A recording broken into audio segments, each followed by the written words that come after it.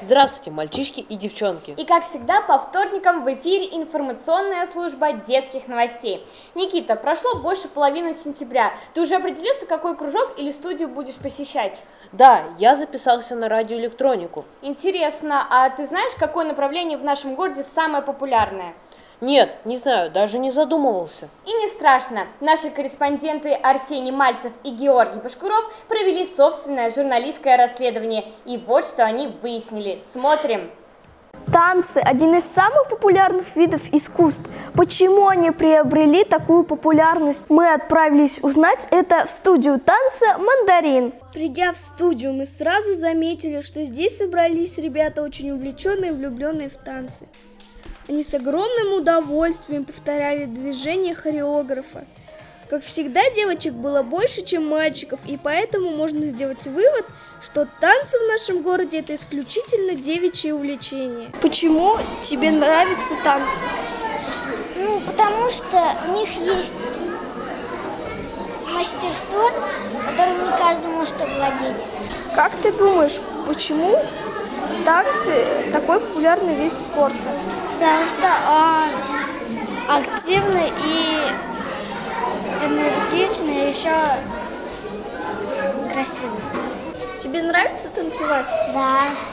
Почему? Потому что я хочу хорошо учиться танцевать. Потому что танцевать это красиво, круто, чтобы мы выступали красиво, чтобы нас люди на камеру снимали. Почему тебе нравится танцы? Потому что тут очень красиво и можно учиться и слушать. Так все же, почему именно танцы так обожают многие? Может, потому что танец отражает чувства? Через танец человек выражает себя, показывает свой внутренний мир. Танцы заставляют задуматься, сопереживать, смеяться, плакать. Тем они и привлекают нас. Как вы думаете, почему танцы во всем мире, в России и в нашем городе такие популярные? На хореографии дети раскрываются, становятся более талантливыми, раскрываются природные данные и подтягиваются, становятся гибкими, развивают координацию. Своими успехами они делятся с родственниками, близкими. Также и радуюсь я, потому что они приходят совершенно маленькими и каждый год растут и развиваются. Если тебе очень нравится наблюдать, как танцуют эти милые танцоры, может быть, уже и для тебя настал момент попробовать себя в танцах? Арсений Мальцев, Георгий Башкуров, Милана Семрякова. Специально для детского времени телекомпания СТВ. Спасибо нашим корреспондентам за репортаж. Действительно, танцы это очень красиво, оттого они так и популярны. Это точно. А теперь плавно перейдем к новому направлению, которое только-только набирает обороты в нашем городе. О каком направлении ты говоришь, Милана? Об очень интересном. Не так давно в нашем городе открылась школа телевидения Media Kids, где ребята могут научиться основам тележурналистики и видеоблогингом, и даже стать самыми настоящими корреспондентами. Интересно. Да, очень. Тем более, что в гостях у ребят из медиашколы совсем недавно побывал очень интересный гость – медиатренер, коуч Зульфия Арефьева. Она специально приехала из Челябинска для того, чтобы рассказать о том, какой же это интересный и захватывающий мир телевидения. Смотрим сюжет от нашего юнкора Валерии Талаевой. Медиатренинги для Сибая – большая редкость, но с появлением школы телевидения Media Kids они стали доступной реальностью.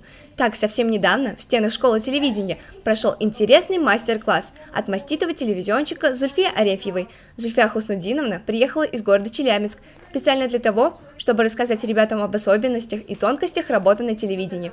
Название мастер-класса «Телекухня» говорит само за себя. Я начну с того, что я родилась в Сибае и училась в первой школе. То есть вот это для меня альма-матер.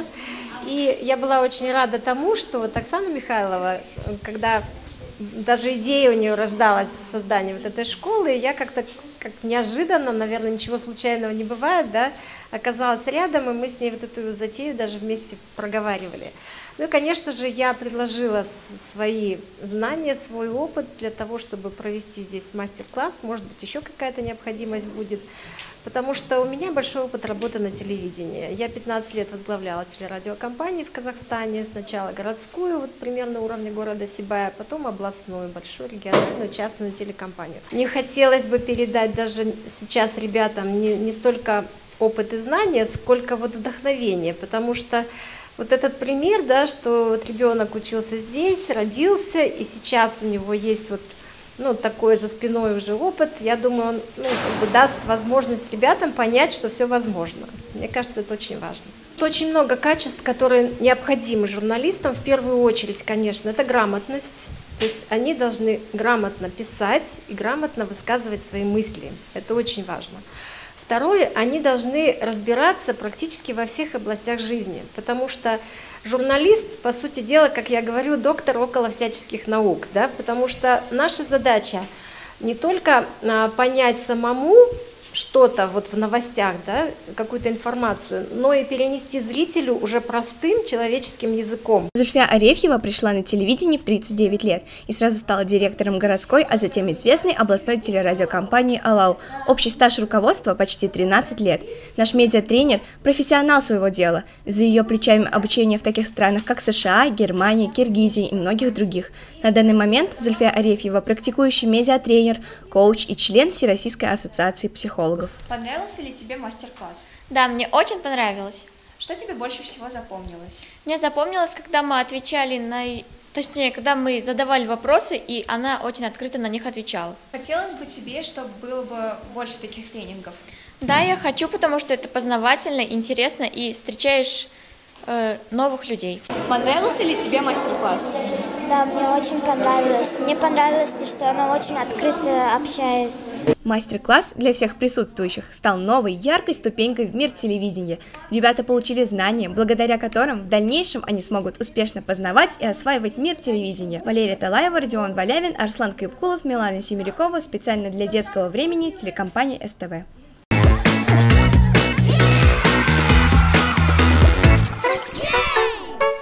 А вот следующий сюжет об экологическом лагере Ирандык, где отдыхают учащиеся объединения «Седьмое небо». Как они провели время и чему научились, об этом нам расскажет Арслан Махмутов. Всем привет! Вот и закончились долгожданные летние каникулы, и всех нас ждет свои объятия любимая школа. Каждый провел свои каникулы по-своему. Кто-то отдохнул в деревне у бабушки, а кто-то помогал в лесу. А вот мы, ребята, из авиамодельного объединения «Седьмое небо», отдохнули в самом настоящем палаточном лагере вдали от шума и суеты. На живописном берегу озера Талкас мы были целых 11 дней. Впрочем, обо всем по порядку. Исянова встретила нас ярко-голубым небом, без единого облачка и ласковым солнышком. Мы сами устанавливали палатки, дежурили у костра и даже готовили еду сами. А давайте вспомним, как мы отдохнули. Мы вечерами сидели и ночами у костра, разговаривали на разные темы и пели песни. Мне экологический лагерь понравился тем, что мы играли в разные игры. Тем, что мы убираем берег и наводим там порядок. А еще там довольно суровая погода. Мне запомнился этот лагерь рыбалкой, уборкой и красивым пейзажем вечером. С утра мы ходили, убирали берег, прятали клад, играли в КВН. Мы оторвались хотя бы от интернета, от телефонов, от компьютеров. И еще то, что мы искали разный клад. Мы играли в казаки-разбойники, купались, отдыхали. Здесь нет заботливых мам и бабушек, каждый сам за себя. Впрочем, походные условия ничуть не мешают, а наоборот закаляют и воспитывают военную дисциплину. Игорь, сколько раз ты отдыхал в этом лагере? Я отдыхал 6-й год, являлся командиром этого лагеря. Также входил в состав командиров. В этом составе командиров был комиссар, вожатый, командир, то есть я, и медбрат. Мы являлись самым главным звеном в этом лагере. А почему ты выбрал именно этот лагерь? Я выбрал этот экологический лагерь для того, чтобы сделать нашу планету хотя бы немножко чище. И хотел бы, чтобы в этот лагерь ездили все наши ученики авиамодельного. И там дружили, веселились, играли и делали нашу самую красивую и замечательную планету хотя бы на немного чище. Надежда Васильевна, а как появился экологический лагерь? Вот 24 года назад после занятий мы вышли и решили поехать отдохнуть на Исяново, покупаться в озере. Нас собралось 15 человек, моих кружковцев, и поехали отдыхать на неделю. И в конце недели, значит, ребята меня к костру пригласили, говорят: Надежда Васильевна, мы посовещались и решили, что у нас будет экологический отряд. Будет он называться «Ирандык». И будем мы приезжать сюда чистить озеро, чистить роднички, чистить лес. А вы будете хранителем нашей традиции. И вот уже 24 года я честно соблюдаю все наши уставные правила, рассказываю о всех традициях. 8 поколений ребят сменилось уже. И мальчишки взрослые уже так радуются, что мы еще до сих пор продолжаем ездить в лагерь. Жить одной жизнью, когда у нас 2 отряда становятся друзьями, соперниками, уже не представляют жизни вот в эти 10 дней друг без друга. И мне очень хочется, чтобы наш лагерь был всегда, чтобы мальчишки всегда понимали, что от их маленького труда лес, озеро и роднички становятся чистыми. И весь мир становится тоже чище и светлее. Арслан Махмутов, Радмир Исенгулов, Гульгина Раскильдина. Ребята авиамодельного объединения «Седьмое небо». Для передачи «Детское время». Никита, а ты знаешь, в какую игру играют настоящие мужчины? Ну, конечно, знаю. Это хоккей. А почему ты про это спросила? Просто в минувшие выходные наши юные спортсмены встречали на ледовом поле гостей из Учелов. А как это было, расскажет наш корреспондент Владимир Донченков. Хоккей в последние годы в нашем городе стал одним из популярных видов спорта. Так, в минувшие выходные в Сибайском ледовом дворце было шумно и жарко. Расскажите, пожалуйста, что на данный момент происходит в ледовом дворце? Ну, сегодня на выходные к нам приехали гости из Учелов, хоккейный клуб «Горняк». Они приехали к нам 3 возрастами на товарищеские игры, подготовка к сезону. То есть приехали 3 возраста: 2007 год рождения, 2005 и 2010 год. Какой больше шанс? Ну, я вам так скажу, я не видел уровень подготовки, поэтому для нас этот опыт будет первым с командой из Учелов. Поэтому, посмотрим, победит сильнейший. Встречи прошли на высоком уровне. Организаторы постарались сделать все возможное, чтобы юные игроки смогли побороться и показать свое мастерство на льду, а также чему они научились за время долгих и изнурительных тренировок. Как прошла эта игра? Ну, могло бы и лучше, конечно. Ничего, хорошо в обороне играли вроде бы. Но единственный минус то, что не все отрабатывались. Ну, в общем, хорошо. Какая перспектива у команды «Горняк»? В этом году мы попали в высшую хоккейную лигу. Ну, не знаю, для начала взять бы хотя бы какой-нибудь кубок, ну а потом уже дальше видно будет. Я думаю, что игра прошла очень хорошо, команда себя очень хорошо проявила и показала класс. Мы хотим попасть в КХЛ всей командой и поиграть с какой-нибудь очень сильной командой, например, с ЦСКА. Это наша мечта. Владимир Донченков, Оксана Михайлова, Милана Смирякова, школа телевидения Media Kids специально для детского времени телекомпания СТВ.